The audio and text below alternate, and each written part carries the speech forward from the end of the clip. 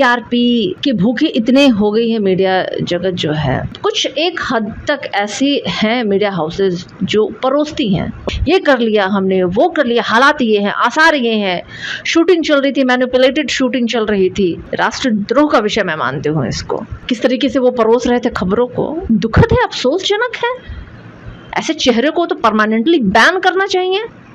इनकी जगह तो बिल्कुल काल कोठरी है, इसके अलावा कहीं नहीं है। आनंद मोहन सरीके गुंडे, अपराधी, कुकृत्य करने वाले लोगों को कभी भी स्वीकार नहीं करते। उनकी छवि को खराब ना कर दे इस सरीके मोहन जैसे लोग। ये लोग गुंडे थे, हैं और गुंडे ही रहेंगे और इनकी जगह काल कोठरी ही है।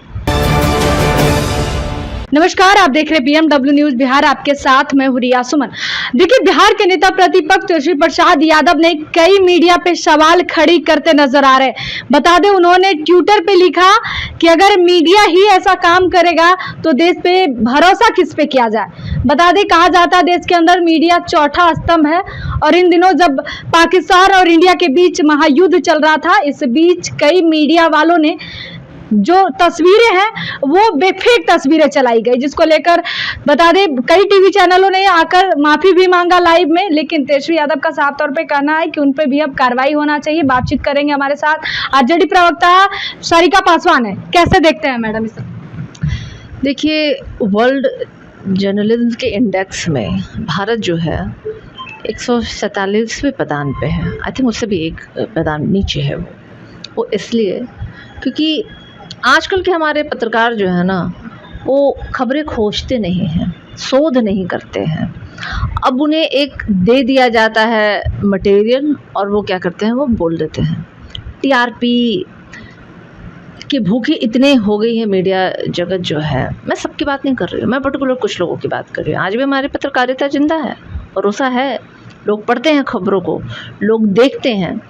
लेकिन कुछ एक हद तक ऐसी हैं मीडिया हाउसेस जो परोसती हैं, उन्हें दिया जाता है, वो चीज़ें सिर्फ परोसते हैं, शोध नहीं करते हैं। वो वही चीज़ दिखाना चाहते हैं जो सामने वाले को अच्छा लगे, खुश लगे, या उनके प्रोपेगेंडा को वो एक तरह से कह लिए वो चलाते हैं। दुख की बात है जब ऐसे संवेदनशील विषय हो, क्योंकि जिस तरीके से पहलगाम में आतंकवादियों का हमला हुआ और उसके बाद भारत और पाकिस्तान के बीच एक तनाव की हालात पैदा हो गए, युद्ध तक वो छिड़ गया। और ऐसे में मीडिया हाउसेस जिस तरीके से लाइव चला रहे थे, डे बाय डे के हिसाब से जो वो दिखा रहे थे, जनता के बीच में एक अलग सा माहौल बन के तैयार हो गया था। मुझे लगता है कुछ चीज़ें होती हैं जिसका प्रचार नहीं करना होता है। तमाम विपक्षी दल, हमारे नेता ने स्वयं पहले दिन से राष्ट्र के विषय पे, देश के विषय पे उन्होंने कहा था कि हम केंद्र सरकार के साथ खड़े हैं, क्योंकि ये विषय जो है ना देश का है। देश की सुरक्षा में अगर कहीं से भी चूक हो और अगर देश पे अगर किसी की बुरी नज़र हो तो वहाँ पे हम सभी लोग एक हैं। क्योंकि घर की बात होती है तो घर के सभी लोग एक समय होते हैं। राजनीतिक मतभेदता होती है, सब दल की एक दूसरे से होती है, लेकिन राष्ट्र विषय पे नहीं होती, कोई मतभेदता नहीं होती। पहले दिन से हमारे नेता ने इसको समर्थन किया था। लेकिन मीडिया हाउसेस क्या कर रही थी भाई, यहाँ से यहाँ तक पहुँच गई है हमारी सेना, यहाँ कब्जा कर लिया हमने, ये कर लिया हमने, वो कर लिया, हालात ये हैं, आसार ये हैं, शूटिंग चल रही थी, मैनिपुलेटेड शूटिंग चल रही थी। घर घर में एक कौतूहल का माहौल बना हुआ था, लोग डर में थे, भय में थे, क्या होगा, कल क्या होगा, नहीं होगा, अलर्ट पोजीशन में पूरा देश था। तो मुझे लगता है कि जब पत्रकारिता जगत अपने इस तरह के अधिकारों का उल्लंघन करे और चीज़ों को परोसे, तो वहाँ पे तो कार्रवाई निश्चित रूप से होनी चाहिए। और खेद का विषय नहीं है, राष्ट्रद्रोह का विषय मैं मानती हूँ इसको। आप इसे कह सकते हैं गलती, मैं तो इसे राष्ट्रद्रोह मानती हूँ। जो आप पल पल की चीज़ों की जानकारी, हमारा नेता, हमारा सेना क्या कर रहा है, कहाँ पहुँचा, क्या कर रहा है, क्या रणनीति है, इन सब की आवश्यकता नहीं है आपको बोलने की, बताने की। कई लोग शहीद भी हो गए भाई, कई हमारे सेना में जो कार्यरत हमारे जवान थे वो शहीद हुए। शहादत शब्द जो है, इनसे मीडिया को कोई मतलब नहीं है। एक शहीद के परिवार के घर में क्या स्थिति होती है, क्या मातम का माहौल होता है, उससे मीडिया को कोई मतलब। टीआरपी की भूख में अच्छे चेहरे, चमकने वाले चेहरे जो दिन रात किस तरीके से वो परोस रहे थे खबरों को, दुखद है, अफसोसजनक है। ऐसे चेहरे को तो परमानेंटली बैन करना चाहिए। इनकी जगह तो बिल्कुल काल कोठरी है, इसके अलावा कहीं नहीं है। बिल्कुल एक सवाल और हम लेंगे आनंद मोहन को लेकर। हालांकि उनकी पत्नी वर्तमान में सांसद है जदयू से। उन्होंने खुले मन से, जब महाराणा प्रताप की जयंती समारोह था तो उन्होंने कहा कि हम राजपूत समाज के साथ जाएंगे, पवन सिंह के साथ जाएंगे। हालांकि ये अनुमान लगाया जा रहा था कि power star Pawan Singh RJD से टिकट लेंगे, लेकिन अब कहा जा रहा है बीजेपी या जदयू से लेंगे। आपको क्या लग रहा है, क्या उनके साथ जाना सुनिश्चित रहेगा?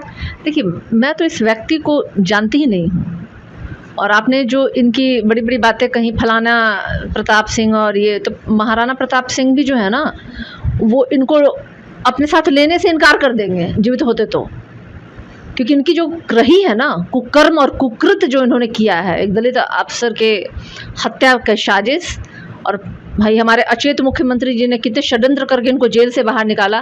तो ये जेल रिटर्न आदमी पे मैं किसी तरह का बयान नहीं देती हूँ। मेरे लिए ये एक अपराधी है, दलित विरोधी इंसान है।